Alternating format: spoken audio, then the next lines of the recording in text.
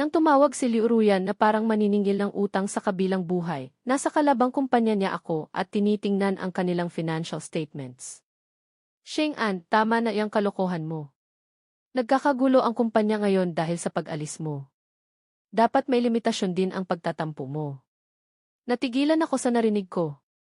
Liu Ruyan, ilang araw na akong nagtatrabaho sa karibal ninyo, sa tingin mo ba nagbibiro lang ako? Nagtatrabaho ka sa karibal nila? Biglang tumayo si Liu Ruyan. Paano mo ako nagawang pagtaksilan? Nakakainis. Pwede kang kumupop ng kapatid-kapatidan, pero ako bawal maghanap ng ibang kumpanya. Liu Ruyan, winakasan na natin ang engagement. Ikaw mismo ang nagsabi niyan. Wala ka ng karapatang pakialaman ako. Pagkasabi ko niyon, ibinaba ko ang telepono at binablock siya. Siguradong nagingit-ngit sa galit si Liu Ruyan ngayon, kaya naman tuwang-tuwa ako. Dati, pumasok ako sa kumpanya niya bilang fiant niya. Malapit na sana ang kasal namin, pero sa kasagsagan ng isang mahalagang proyekto, kumuha siya ng isang intern. Sa unang araw pa lang ng bagong intern, nagsimula na siyang ligawan ang fiant ko. Kahit sa mga business dinner na hindi naman siya dapat kasama, makapal ang mukha niyang sumasama kay Liu Ruyan.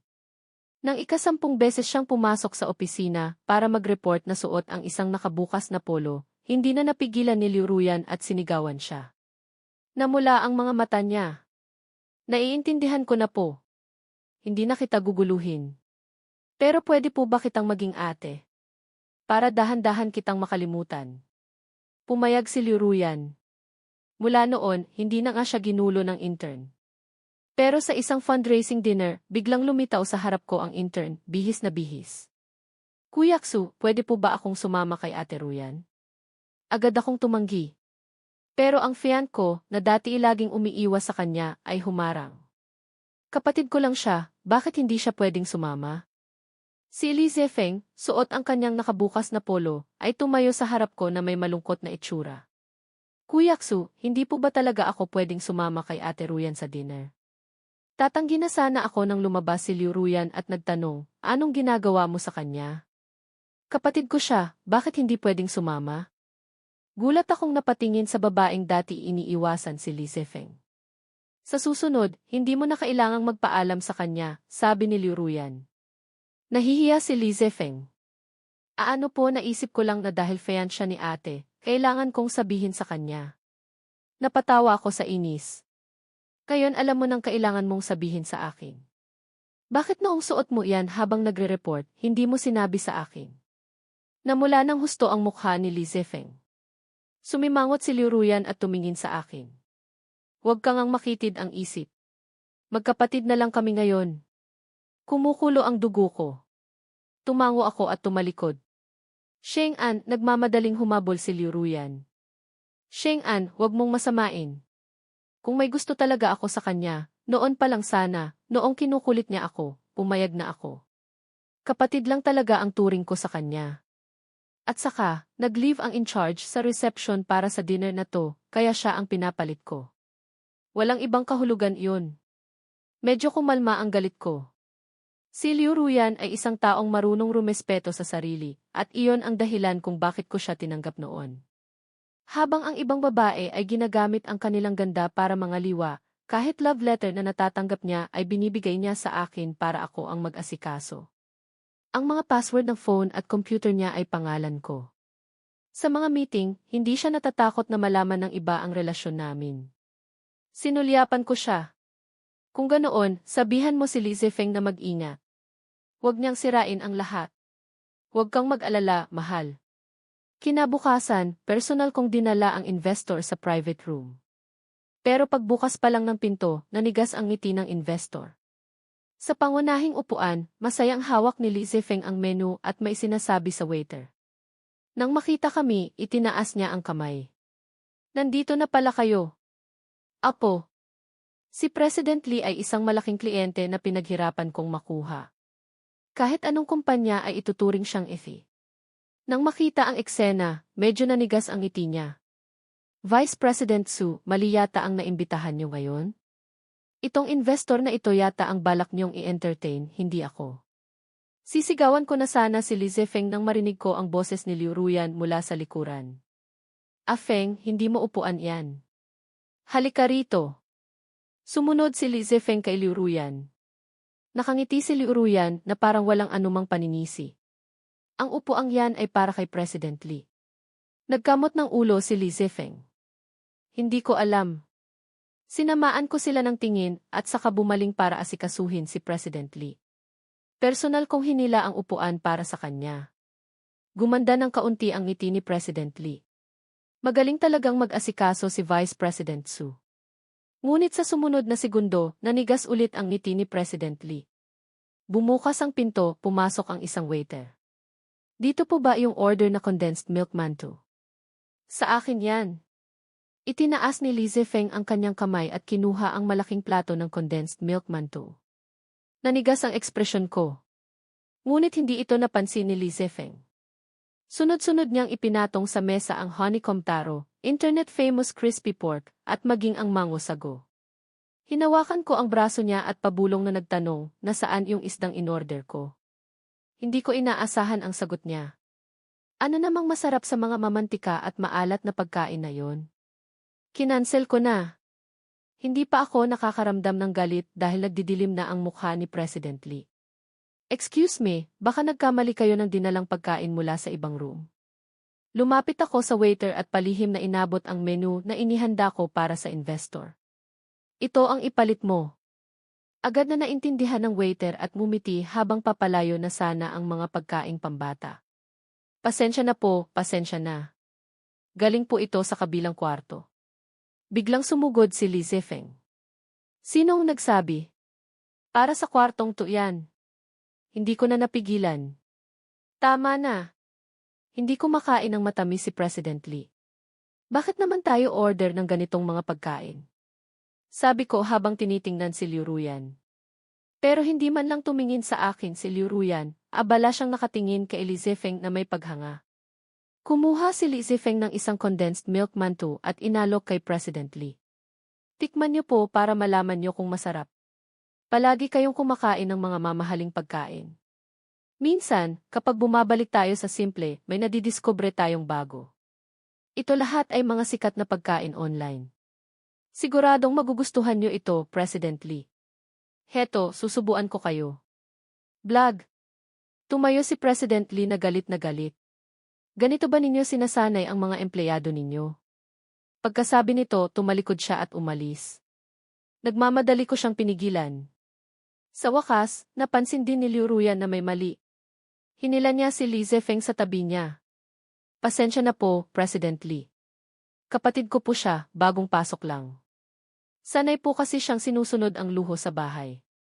Huwag na po kayong mag-alala. Kung may nagawa man siyang mali, ako na po bilang ate ang hihingi ng tawad. Nakipag-partner na dati si President Lee kay Liu Ruyan. Nang marinig niyang kapatid pala ito ni Liu Ruyan, medyo kumalma ang mukha niya. Ah, kapatid mo pala. Sabi niya habang tinitingnan ang mga pagkaing sikat sa internet. Agad akong lumingon. Alisin niyo iyan lahat. Agad na pumasok ang mga waiter at inalis ang lahat ng pagkain.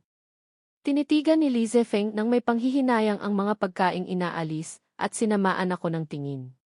Hindi ko siya pinansin. Agad na umupo ang mga kasama sa kanilang mga pwesto.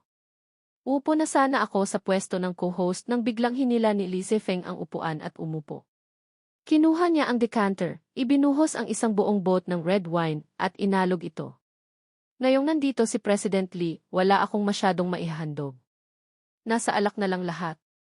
Ang isang boteng ito ay para sa inyo. Pagkasabi nito, direkta niyang ininom mula sa decanter. Namutla ako. Hindi na kailangang sabihin na gagamitin din ni President Lee ang decanter, pero hindi rin maitatanggi ang mga bula na lumalabas dito. Kahit hindi umiinom si President Lee ng ganitong inumin, naamoy niya ang Pepsi. Sa ganitong sitwasyon, ang pagpapanggap ni Li Zifeng na lasing at pagbagsak sa upuan ay katawa-tawa. Parang bata. Umiti si Liu Ruyan kay President Lee. Pasensya na po, President Lee. Itong kapatid ko ay sadyang mapagbigay. Gusto niya lang po kayong pasayahin. Ang sekretarya ni President Lee ay ngumiti ng may kahulugan. Sa isang fundraising dinner, gumawa ng ganitong kalokohan para na ring ginagawang tanga si President Lee. Nang makitang nagdilim ang mukha ni President Lee, tumayo ako, kumuha ng white wine, at lumapit kay Li Zefeng. Kumuha ako ng pinakamalaking baso, pinuno ito at inabot sa kanya. Dahil napakasipag ni Secretary Xu, sa iyo na ang unang tagay. Unang baso para sa tagumpay ni President Lee. Namutla si Li Zefeng. Inalog ko ang decanter. Ano? Hindi ba't kanina lang napakaseryoso mo? O nagpapanggap ka lang?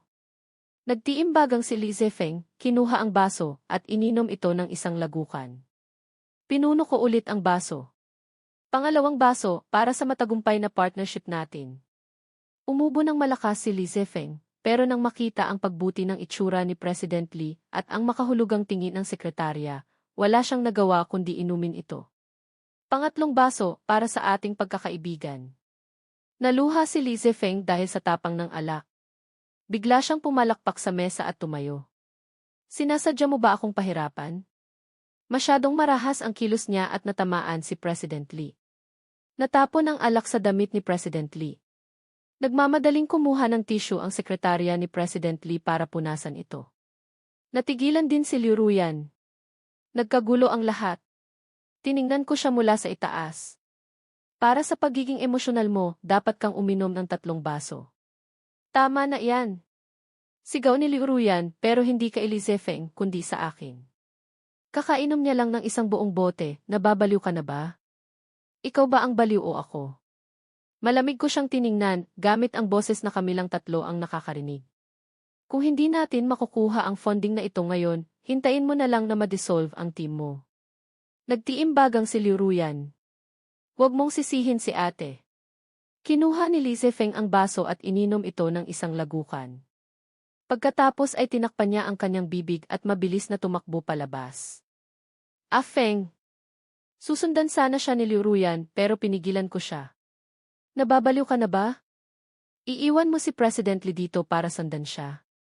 Natigilan si Liu Ruyan, nagtiimbagang at marahas na iwinaksi ang kamay ko, saka tumakbo palabas. Natulala ako. Dati, gaano man kalaki ang problema, laging inuuna ni Liu Ruyan ang negosyo. Ngayon, nandito pa ang investor na nagpupunas ng alak sa damit, pero nagawa niya itong iwan.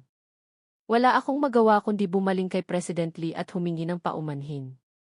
Sa kabutihang palad, mukhang maganda ang mood ni President Lee. Mumiti siya at tinuro ako at naintindihan ko na ang lahat. Alam kong gusto niya ang ginawa kong pagpapaalis kay Li Zefeng. Ang sekretarya niya ang nakipag-inuman sa akin. Vice President Xu, huwag kayong mag-alala. Hindi masisira ang partnership na ito dahil lang sa isang intern. Nakahinga ako ng maluwag. Pagkatapos ng ilang tagay, pumayag si President Lee na pumirma agad sa kontrata. Inilabas ko ang kontrata at doon ko lang napansin ang isang problema. 2 oras na ang nakalipas, pero hindi pa bumabalik si Liu Ruyan. Tinawagan ko si Liu Ruyan. 10 beses ko siyang tinawagan pero walang sumasagot. Ang asawa ni President Lee ay tumatawag na para pauwiin siya. Tumingin siya sa akin. Hindi pa ba bumabalik si Matthew? Ngumiti ako. Medyo masama po ang pakiramdam niya. Ngumiti ang sekretarya ni President Lee. Hindi ba't sinusuyo niya yung intern? Pinagpawisan ako ng malamig. Pinapaalala niya sa akin na mas pinahalagahan ni Liu Ruyan ang isang intern kaysa kay President Lee. Gaano kalaking insulto iyon sa isang investor? Lumabas ako ng kwarto at muling tinawagan si Liu Ruyan. Salamat sa langit, sa wakas ay sinagot niya. Oras na para pumirma. Bumalik ka na. Naiinis na sumagot si Liu Ruyan. Wala akong oras. Ikaw na ang bahala dyan. Paano ako ang bahala? Ikaw ang sisi ng kumpanya. Ikaw ang representative natin. Noong pinipilit mong uminom si Feng, paano ka naging bahala? Alam mo bang nagsuka si Feng at na-ospital? Pagkasabi nito, direkta niyang ibinaba ang telepono. Napangiti ako ng mapait. Noong nagsisimula pa lang ang kumpanya, walang pumapansin sa amin. Para makakuha ng investment, umiinom ako hanggang sa magsuka sa bawat dinner. Ang laging binibigay sa akin ni Liu Ruyan ay mga salita ng pag-aalala at pangakong gaganda ang kinabukasan namin. Kung iisipin, ni minsan ay hindi niya ako sinalinan ng alak. Ngayon, para kay Li Zefeng, nagawa niya ang ganito. Biglang tumayo si President Lee at itinapon ang kontrata sa sabaw ng ulam. Sa loob ng 2 oras na dinner, 4 beses siyang nainsulto. Ito ay isang bagay na hindi kailanman nangyari sa ibang kumpanya. Hindi pa ako nakakaramdam ng lungkot, nagmamadali akong pigilan si President Lee. Pero tinabig niya lang ako ng may pagkainis. Hindi karapat-dapat ang kumpanya ninyo sa investment ko. Vice President Su, maghanap na lang kayo ng mas magaling. Teka lang ni. Susubukan ko pa sanang magsalita pero hinarangan na ako ng sekretarya. Pagkaalis ni President Lee, nagsimula agad akong maghanda ng emergency plan. Pero pagbukas ko pa lang ng company group chat, nakita ko ang isang litratong pinost ni Lee Zefeng. Nakaswero ang kanang kamay niya habang may isang babaeng nakaupo sa tabi niya, sinusubuan siya ng lugaw. Mabilis na binura ang litrato, pero sapat na ang sandaling iyon para makita ng lahat sa kumpanya. Namamalikmata ba ako? Parang si Ji Liu yung babae. Impossible. Hindi ba dapat kasama ni Ji Liu si Vice President Su sa dinner? Feng, anong nangyari sa'yo? May sakit ka ba? Pinili ni Li Zefeng na sagutin ang huling tanong. Wala to, sinasanay lang ako ni Vice President Su uminom. Putek! Pinainom ka ni Xu Sheng'an. Intern ka lang ah. Li Zefeng, okay lang. Bakit hindi si Xu Sheng'an ang uminom para makuha ang investment? Kahit intern pinagsasamantalahan. Hindi kaya ganito lahat ng paraan ni Vice President Su para makakuha ng investment? Alam mo, totoo nga. Lahat ng nasa team ni Vice President Su malakas uminom. Mahirap isipin kung paano niya sila pinagsasamantalahan. Wala bang nakakaisip na bagay si Feng at ang ating si Liu? Ang masamang fiant, pinagsamantalahan ang intern, ang astig na si, tinulungan at dinala sa ospital. Diba? Noon pa man, sa tingin ko bagay na sila ni Liu. Noong panahong pursigido si Feng naligawan si Liu, alam kong may pag-asa. Sino ba namang hindi gusto ang kwento ng isang ice queen na nahulog para sa kanya? Iilan lang ang nag-alala sa proyekto. Nakuha ba ang proyekto? Li Zefeng, hindi. Naospital ako sa pag-inom. Dahil sa sagot niya, agad na inisip ng mga tao na ang pagkabigo ng proyekto ay dahil naospital siya. Agad akong naging sentro ng usapan sa kumpanya. Wala rin palang binatbat si Xu Sheng'an. Umaasa lang sa pagpapainom sa iba. Isa na namang araw na biktima ng kapitalismo. Buti na lang at kay Ji Liu ako nagtatrabaho. Kawawa naman ang mga alagad ni Xu Sheng'an. Haha. Ang totoo, hindi ko nakita ang mga komentong ito dahil abala ako sa pagpili ng golf club para kay President Lee. Golf ang paboritong laro ni President Lee. Para mabawi ang malaking kliyenteng ito, dito ako kailangang magsimula. Linggo, maaga akong naghintay sa golf course. Hindi ako pinansin ni President Lee. Lunes, muli akong naghintay sa golf course. Tiningnan lang ako ni President Lee at umalis. Miyerkules, muli akong naghintay. Sa wakas, sinagot ni President Lee ang pagbati ko. Agad kong sinunggaban ang pagkakataon at lumapit kasama ang mga tao ko. Maghapon kaming nag-golf ni President Lee at sabay pa kaming kumain. Sa wakas, bumigay din si President Lee. Ang kondisyon niya, dapat si Liu Ruyan mismo ang personal na pumirma. Agad kong dinala ang magandang balita pabalik sa kumpanya. Pero pagbalik ko, nakita kong nagdarao sila ng celebration party para kay Li Zefeng. Feng, ang galing mo, nabawi mo ang investment na sinira ni Vice President Su. Nakakabilib. Namula si Li Zefeng. Hindi ko rin inasahan na magugustuhan ni President Lee ang Lego model. Sinubukan ko lang ibigay, hindi ko akalain na bibigay pala siya. Ipinakita niya ang chat history, kung saan tinatanong niya si President Lee kung nagustuhan niya ang regalo. Sa isang tingin pa lang, alam kong ang sagot ni President Lee ay magalang pero maihalong distansya. Nagduda akong sekretarya niya ang nag-type. Sa oras na ipinadala ang mensahe, tapos na kaming pumirma ng kontrata ni President Lee. Normal lang na hindi siya diretsahang tatanggi. Pero hindi iyon ang inisip ng iba. SG. Ang pagiging isip bata ni Feng ang nagpatunaw sa puso ng matandang Ice Mountain. Kaya pala nahulog si Ji Liu sa kanya. May diskarte talaga si Feng. Bakit hindi ko naisip yun? Haha, kahit naisip mo, hindi mo rin magagawa. Biglang nag-vibrate ang phone ko. Mensahe mula sa personal number ni President Lee. Isang litrato ng Lego. Ang materyales ay manipis at marupok, halatang peke. Ang presyo siguro ay hindi lalampas sa 30, katumbas ng ilang daang piso.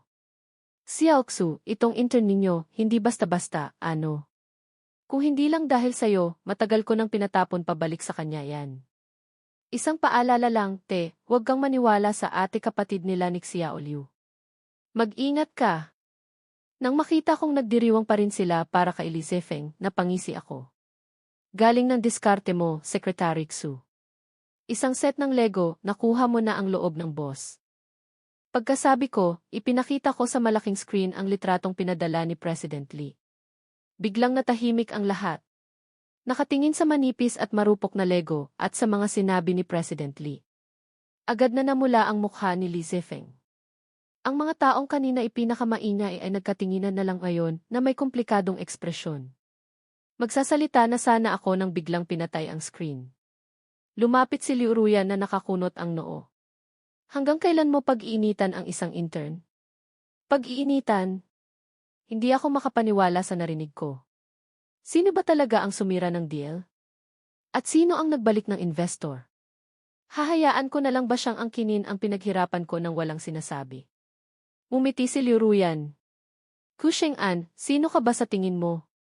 Sabihin ko sa'yo, kung hindi dahil sa mga kakaibang diskarte ni Afeng, sa tingin mo ba papansinin ka ni President Lee? Liu Ruyan, ikaw. Si Vice President Su, umangat lang dahil sa mga tauhan niya. Ang isang taong sanay na sa mundo tulad ni President Lee, kung hindi dahil sa paghanga niya sa pagiging bata at masigla ni Afeng, bakit niya papansinin si Xu Sheng'an? Nagbubuhat ng sariling bangko. Nakakatawa. Hindi pinabulaanan ni Liu Ruyan ang mga sinabi nila. Malamig niya akong tiningnan. Kung patuloy mong pag-iinitan si Afeng, wala akong pakialam na wakasan ang engagement natin. Sa galit ko, napatawa ako. Tumango ako at inihagis sa sahig ang engagement ring namin. CJ, wakasan na kung wakasan. Matagal na akong nagtitiis sa'yo. Sabi ko at tumalikod na ako. Nang gabing iyon, nagpadala ng litrato ang tauhan ko. Nagbigay ng leave si Liu Ruyan sa buong kumpanya para ipagdiwang ang kabayanihan ni Li Zifeng. Pinigilan ko ang galit ko at tinawagan ang kalabang kumpanya. Sa araw ng pirmahan ng kontrata, maagang naghintay si Liu Ruyan sa conference room. Nakangiting pumasok si President Lee, pero nang makita niyang si Li Zifeng ang sumalubong, nanigas ang mukha niya. Nasaan si Vice President Su? Tumingin siya sa paligid. Nakangiting sabi ni Li Zifeng, nag-resign na po si Vice President Su. Mula ngayon, ako na po ang hahawak ng proyektong ito. Nagdilim ang mukha ni President Lee. Inihagis niya ang panulat sa mesa. Pasensya na. Kung wala si Vice President Su, hindi ko pipirmahan ang kontratang ito. Natigilan si Li Zifeng. Tumayo rin si Liu Ruyan. President Lady. Pero tumalikod na si President Lee at umalis. Agad akong tinawagan ni Liu Ruyan. Nasaan ka? Bumalik ka na para sa pirmahan. Napatawa ako. Ano nang sinasabi mo, si Liu? Hindi ba't wala na tayong relasyon? Sheng'an, tama na to. Pinagpapawisan ang noo ni Liu Ruyan. Kung hindi ka babalik, hindi na talaga makikipag-partner si President Lee. Liu Ruyan, sana maintindihan mo. Hindi na ako parte ng kumpanya mo. Pero ang kumpanyang ito ay pinaghirapan mo ng maraming taon. Basta mo na lang iiwan. Napangisi ako. Para suportahan kang maging isang independent na babae, marami akong naambag sa kumpanya mo. Masakit din sa akin na umalis. Pero kung mananatili ako dyan at patuloy kang panonoori na kinakampihan ang ibang lalaki sa harap ko at binabaliwala ang mga pinaghirapan ko, mas gugustuhin ko pang magsimula ulit. Sheng'an, bakit ganyan ang iniisip mo? Kapatid lang ang turing ko kay Afeng Qi. 8. Biglang inagaw ni Li Zifeng ang telepono. Nakalimutan mo na ba? Tinanggap ni President Lee ang regalo ko. Kaya kong ibalik siya para kay ate. Pagkasabi nito, direkta niyang ibinaba ang tawag ko. Natigilan si Liu Ruyan pero pinili pa rin niyang maniwala sa kanya. Sa isa pang golf outing, nakita ni President Lee si Li Zefeng na nakasuot ng damit na nagpapakita ng dibdib. May hawak siyang mumurahing golf club at hinarangan si President Lee. President Lee, samahan ko po kayong maglaro. Hindi siya pinansin ni President Lee at umiwas. Agad siyang sinundan ni Li Zefeng. Kung saan pumunta si President Lee, doon din siya, tulad ng ginagawa niya dati kay Liu Ruyan. Inagaw pa niya ang bola para makuha ang atensyon niya. Nang mabigo, sinamantala niya ang pag-inom ni President Lee ng tubig at sumugod. President Lee, lalagyan ko po ng yelo. Walang hiya. Ibinagsak ni President Lee ang baso. Sa buong kumpanya ninyo, ikaw ang pinakakinaiinisan ko. Ang hindi kita pansinin ay pabor na sayo, pero paulit-ulit kang lumalapit. At saka, masama ang tiyan ko, tapos lalagyan mo ng yelo. Kahit para sa investment, napaka-unprofessional mo. Namula ang mga mata ni Li Zefeng. President Lee, paano niyo po nasabi yan sa akin? Umalis ka. Pribadong golf course ko ito. President Lady. Hindi umalis si Li Zefeng at lumapit pa. Hindi ba tinanggap niyo ang regalo ko? Nagpasalamat pa nga kayo, di ba?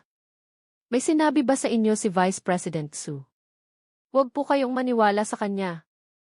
Isang malakas na suntok ang tumama sa mukha niya. Isang lalaki ang lumitaw sa likod ni President Lee. Itinuro ng lalaki ang ilong niya at sumimangot. Nagtataka ako kung sino ang nakabihis ng ganito sa golf course ko. Ikaw pala yung nagbigay ng Lego. Yung Lego na binigay mo, nakita ng anak ko, kinuha para laruin at nasugatan. Hindi man lang dumaan sa safety inspection tapos ibibigay mo sa akin. Ganito bang klaseng tanga ang kinukuha ni Liu Ruyan? Kung hindi lang dahil kay Xiaoxu, noong ibinigay mo iyong regalo, pinatapon ko na sana iyan sa mukha mo. Napanganga si Li Zefeng, namumula ang mga mata habang nakatingin sa kanya. Ikaw, Li. Pagkatapos ay mabilis siyang tumalikod at tumakbo. Naiinis na tiningnan ng asawa ni President Lee ang likod niya at inutusan ang mga tauhan, mula ngayon, bawal nang papasukin ang taong iyan dito. Opo. Mabilis na kumalat sa kumpanya ang balita ng pagkabigo ni Li Zefeng. Ang mga kasamahan na dating kumakampi sa kanya ay unti-unting nagbago ng tono. Ang mga miyembro ng dati kong team ay nagsalita na rin at ipinaliwanag ang katotohanan. Biglang nag-alala ang lahat sa kinabukasan ng kumpanya. Grabe pala talaga ang naitulong ni Vice President Su sa kumpanya. Muntik nang sirain ni Li Zefeng ang kumpanya. Anong muntik? Sinira na. Nakita siguro ni Vice President Su na wala ng kinabukasan ang kumpanya. Nakakatawa. Sino ba ang naniwalang isang set ng Lego ang makakapagpabago ng isip ng isang tao? Ang mga naniwala dyan. Sa kritikal na yugto ng proyekto, nawala ng pondo. Tinawagan ako ni Liu Ruyan. Sheng An, tama na iyang kalokohan mo. Nagkakagulo ang kumpanya ngayon dahil sa'yo. Dapat may limitasyon din ang pagtatampo mo. Nasa bago kong opisina ako at inaayos ang financial reports. Natigilan ako. Liu Ruyan, ilang araw na akong nagtatrabaho sa karibal ninyo, sa tingin mo ba nagbibiro lang ako? Nagtatrabaho ka sa karibal nila. Biglang tumayo si Liu Ruyan. Paano mo ako nagawang pagtaksilan? Nakakainis. Pwede kang kumukop ng kapatid-kapatidan, pero ako bawal maghanap ng ibang kumpanya. Liu Ruyan, winakasan na natin ang engagement. Ikaw mismo ang nagsabi niyan. Wala ka ng karapatang pakialaman ako. Pagkasabi ko, ibinaba ko ang telepono at binablock siya. Sa mga sumunod na araw, naging matagumpay ako sa bagong kumpanya. Pero habang maayos ang takbo ng trabaho ko, nilapitan ako ng mga katrabaho ko. Naku, Sheng An. May lalaking nakaluhod sa labas dahil daw sayo. Bumaba ako at doon ko nakita si Li Zefeng na nakaluhod sa harap ng building ng kumpanya. Puno ng luha siyang nagrereklamo. Sobrang galing ng pag-arte ni Li Zefeng kaya maraming tao ang nag-livestream doon. Doon ko lang nalaman na ako pala ang inaakusahan ni Li Zefeng na nagnakaw ng kanyang para gamiting tulay sa pagpasok sa bagong kumpanya. Si President Lee ay isang investor na pinaghirapan kong makuha, pero hindi ko inaasahan na aagawin siya ni Entiksu. Ngayon, pinaghihinalaan ako ng mga kasamahan ko sa dati kong kumpanya, habang ang taong kumuha ng pinaghirapan ko ay nagiging executive sa bagong kumpanya. Bakit ganun? Namumula ang mga mata ni Li Zefeng. Wala akong pakialam kung mapahiya ako, gusto ko lang ng hustisya. Ang kanyang kabataang mukha ay puno ng katigasan ng ulo na naging sanhi upang ang mga manonood na hindi alam ang katotohanan ay. Mukha siyang bagong graduate sa college. Madaling maniwala sa iba. Yung lalaking apelyidong Xu mukhang veterano na sa lipunan. Siguradong maraming paraan iyan para pagsamantalahan ang mga intern. Dahil ang veterano na siya, pwede na niyang kunin ang pinaghirapan ng iba. Suportahan si Azi sa pagkuha ng hustisya. Pumunta tayo sa website ng bagong kumpanya ni Xu Sheng'an at i-report siya. Hindi dapat magtagumpay ang ganitong tao. Tama. Kung hindi tatanggalin ng kumpanya si Xu Sheng'an, lahat ng produkto ng kumpanyang iyan, hindi ko nabibilhin. Sang-ayon. Biglang nagkaroon ng malawakang boycott sa internet laban sa bago kong kumpanya. Nilapitan ako ng EC, Xiao Xu, alam naming inosente ka, pero dahil sa'yo, nalugi ang kumpanya namin. Sabi ng boss, bibigyan ka na lang namin ng compensation at maghanap ka na lang ng ibang trabaho. Kumukulo ang dugo ko. Ang pagkuha ng compensation at paghahanap ng ibang kumpanya ba ang solusyon? Pinalaki ni Li Zefeng ang issue, sinong kumpanya pa ang tatanggap sa akin? Kahit may tumanggap, hindi ba't ere-report din ng mga baliw na netizen na to ang bago kong kumpanya? Nang makita ko ang mayabang na ekspresyon ni Li Zefeng, nagtiimbagang ako at tumakbo papunta sa private elevator ng boss. Nagmamadaling humabol ang EC, hoy. Hindi ka pwedeng sumakay sa elevator na iyan. Sakto namang bumukas ang pinto ng elevator, agad akong pumasok at dumiretso sa opisina ng boss. Nagulat ang boss nang makita ako. Inilabas ko ang isang project proposal. President Lu, gusto mo bang makipagpustahan sa akin? Ngayon lang nalaman ni President Lu ang tunay kong posisyon sa dati kong kumpanya. Sa loob ng kalahating taon, dodoblehin ko ang stock price ng Luz at matagumpay na bibilhin ang Luz. Kung hindi ko magawa, babayaran ko ang lahat ng lugi ng Luz. Binasa ni President Lu ang project proposal mula simula hanggang dulo. Tinanggal niya ang kanyang gold-rimmed glasses. At kung magawa mo, tiningnan ko siya. Kalahati ng shares ng Luz sa akin. Mumisi siya. Kung magagawa mo, lahat ng shares ng Luz sa'yo. Deal. Nanatili ako sa kumpanya. Hindi ko alam kung anong ginawa ni President Lu, pero hindi na muling nagpakita si Li Zefeng. Binablock ko si Liu Ruyan, pero ginamit niya ang numero ng iba para tawagan ako. Kalahating taong pustahan, alam mo ba ang ginagawa mo? Yan ang Luz. Ang Luz na kahit si President Li ay nirerespeto. Sheng'an, alam kong nagtatampo ka. Binalaan ko na si Aze, hindi ka na niya guguluhin sa pagkuha ng investment. Kung babalik ka ngayon, tatanggapin pa kita. Kung hindi, pagkatapos ng kalahating taon, ibablock ka na ng buong industriya at malulugi ka pa ng malaki sa Luz. Sa panahong yon, hindi na kita tatanggapin. Binablock ko rin ang numerong iyon.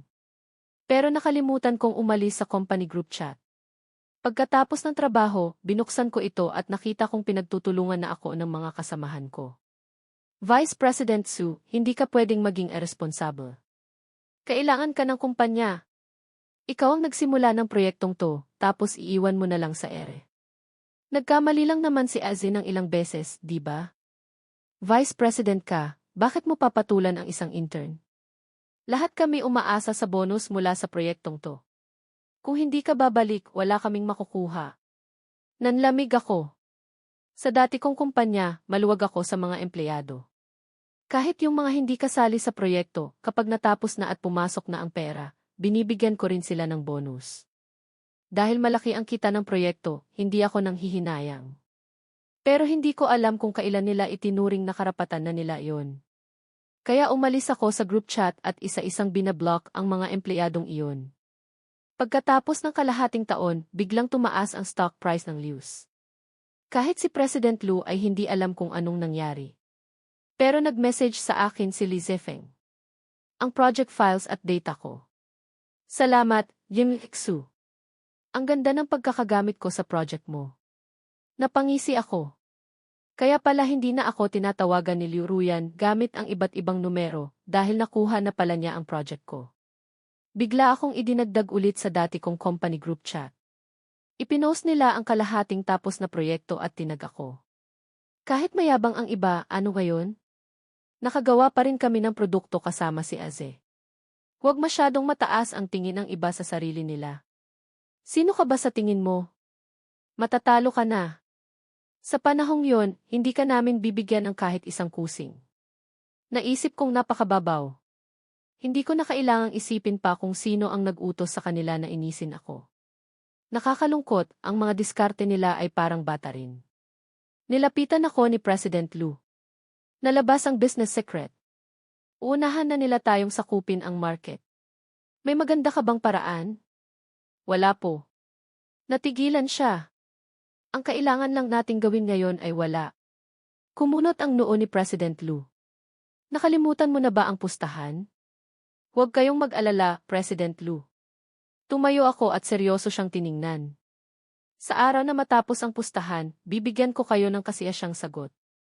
Kahit nangako akong babayaran ko ang lugi ng Luz kung matatalo ako, hindi naman chinek ni President Lu ang aking pondo. Sa kabila nito, hinayaan niya pa rin akong gawin ang gusto ko. Sa araw na nagkabisa ang pustahan, nagpadala sa akin si Liu Ruya ng comparison chart ng stock price ng Luz at Luz. Mas mababa pa ng 3% ang Luz. Xing-an, mukhang matatalo ka na sa pustahan. Kung hindi mo ginamit ang plano mo, siguradong mas mataas na ang stock price ng Luz kaysa sa Luz. Sayang, masyado kang mayabang. Binigyan na kita ng pagkakataon. Hindi ako sumagot. Nag-update ang niliruyan. Birthday ni Li Zifeng. Siya na hindi kailanman nagpo-post ng personal na bagay, nag-post ng 9 na litrato ni Li Zifeng, lahat ay girlfriend's perspective. Hindi lang ako gustong maging ate mo.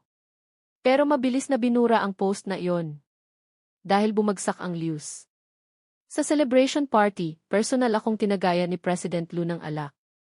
So, sinadya mo talagang ibigay kay Li Zifeng ang peking data. Nagulat talaga ako. Napangiti ako. President Lu, matagal mo na pong nahulaan, di ba? Para mapanatiling sikreto ang impormasyon ng proyekto, ang planong ipasukin ang kalaban, ay hindi ko sinabi kahit kay President Lu. Kahit nahulaan niya, ang nagpasya sa huling resulta ay hindi lang ang strategy, kundi ang kakayahan ko. Pinili niyang magtiwala sa akin at iyon ang pinakapinasasalamatan ko. Ang electronic products na inilabas ng Luz gamit ang peking data ay binaboycott na ng mga user. Nakakalungkot, mukhang wala nang magaling na tao sa ilalim ni Liu Ruyan. Kahit ang team na iniwan mo, naghanap na rin ng ibang trabaho pagkaalis mo. Nakangiti niya akong tiningnan. Sa pagbili ng Luz, ikaw ba mismo ang haharap? Siyempre. Ngumisi ako. Gulo-gulo na ngayon ang Luz Group. Pagdating namin, pinapalibutan na ng mga empleyado si Li Zifeng. Hindi ba't sinabi mong siguradong mananalo tayo? Ipinusta ko pa ang retirement fund ng mga magulang ko sa stocks natin. Ngayon, wala na lahat. Anong paliwanag mo? Bakit biglang bumagsak? Alam mo na bang may problema ang proyekto? Ang pera ba namin, ibinulsa mo? Magsalita ka. Hinila-hila si Li Zifeng, magulo ang buhok, tulala. Hindi ko alam. Hindi ko talaga alam. Lahat yan, kinuha ko kay Xu Sheng'an. Kahit may sabuatan, siya ang sadyang nagpeke ng data. Paano ko malalaman na ganun kapangit ang produkto na lalabas sa data na yon? May gana ka pang magsalita. Hindi pala ikaw ang gumawa. Isang malakas na sampal ang tumama sa mukha niya. Sinugod siya ng mga galit na kasamahan at pinagkakalmot ang mukha. Wala ka ng kakayahan, nagpapahiya ka pa. Kung alam ko lang, sumama na lang sana ako kay Vice President Su. Ang yabang-yabang mo, matagal na kitang hindi gusto. Kung hindi mo ilalabas ang pera, makukulong ka. Natatarantang sumigaw si Li Zifeng, ate, tulungan mo ako. Pero wala nang pakialam sa kanya si Liu Ruyan. Gulong-gulo siyang nakaupo sa negotiation table. Hindi ba natin pwedeng pag-usapan ulit? Hindi. Inabot ko sa kanya ang acquisition agreement. Gumising ka, Liu Ruyan. Ang isang taong tulad mo ay hindi karapat-dapat magmay-ari ng kumpanyang ito. Pero ako ang nagtatag nito. Galit na galit siya. Kalmado ako. At ako rin ang nagpalago nito hanggang ngayon. Umisi si Lu Yangxin. Kung ayaw mong pumirma, si Liu pwede naman. Ikaw na lang ang maghanap ng paraan para mabayaran ang sahod ng mga empleyado at mga utang. Nanigas si Liu Ruyan. Tumingin siya sa akin na maihalong pakiusap. Sheng-an, kailangan ba talaga nating umabot sa ganito? Naningkit ang mga mata ko. Naglabas siya ng isang pulang velvet box at biglang lumuhod sa harap ko, inilagay ang mga kamay sa hita ko. Sheng-an, matagal ko nang inihanda ang singsing na ito. Ang pinakamalaking pangarap ko ay ikaw mismo ang magsusuot nito sa akin. Nagkaroon lang tayo ng hindi pagkakaunawaan dati kaya hindi natupad ang pangarap na yon. Pero Sheng-an, hinihintay talaga kita. Tingnan mo, ang screensaver ko, ikaw pa rin.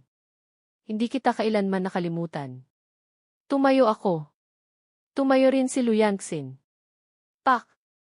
Isang malakas na sampal ang tumama sa kahon at nahulog ito. Sa tingin mo bata ako? Natigilan siya. Yang style mo, baka gumana pa kay Li Zefeng. Pero sa akin, minamaliit mo ba ang talino ko? Nanigas siya. Hinawakan ko ang baba niya. Hindi ka na may nararamdaman para sa akin. Alam mo lang natapos ka na. Iwinagayway ko sa harap niya ang acquisition agreement. Ngumisi ako. Pumirma ka at gamitin ang pera para magbayad ng utang o sisirain kita sa industriyang ito habang buhay. Namula ang mga mata niya. Ganyan mo ba ako kinamumuhian? O dahil ba sa kanya? Tumingin siya sa likod ko. May iba ka na. Lumingon ako. Nakatitig pa rin sa akin si President Liu. Nang makita niyang lumingon ako, nanigas siya at mabilis na umiwas ng tingin. Huwag kang magsalita ng kung ano-ano. Kumunot ang noo ko. Nasa gitna tayo ng usapan. May tsismis sa kumpanya na ang workaholic na si President Liu ay may gusto na raw. Ang sinabi ni Liu Ruyan ay para lang ipahiya si President Liu. Para mabayaran ang mga utang at sahod ng mga empleyado, napilitan si Liu Ruyan na pumirma. Kinuha ko ang buong lius. Panalo ako sa pustahang ito. Sa sobrang tuwa, naparami ang inom ko sa hapunan. Pagpasok sa sasakyan, binuksan ko ang passenger seat door, at nang makita ang ibang interior, doon ko lang naalala na sa sasakyan pala ako ni President Liu sasakay. Hindi rin ang driver ko ang nagmamaneho. Agad akong umatras. Ayaw mo sa passenger seat? Tanong ni President Liu. Medyo nahihiya akong kumaway. Hindi kahit sino pwedeng umupo sa passenger seat. Nagtatakang nag-cross siya ng braso. Sino ang dapat umupo dyan? Hindi ba't boyfriend? Tanong ko. Hindi ba't may gusto na si President Liu? Umiti si Liu Yangxin pero hindi nagsalita. Nasa pinto ng likurang upuan ang kamay ko. Dahan-dahan akong lumingon. President Liu, hindi ba nila sinabi sa'yo kung sino ang gusto ko? Paano ko malalaman? Natigilan ako at tiningnan ang kanyang mga matang puno ng pagmamahal. Napanganga ako. Tutu. Tumango siya. Bakit? Hindi ko rin alam. Sa ilalim ng buwan, napakagwapo ng kanyang mukha. Siguro noong araw na pumasok ka sa opisina ko, hawak ang proposal at ipinapakita ang iyong ambisyon, napakaangas at napakagwapo.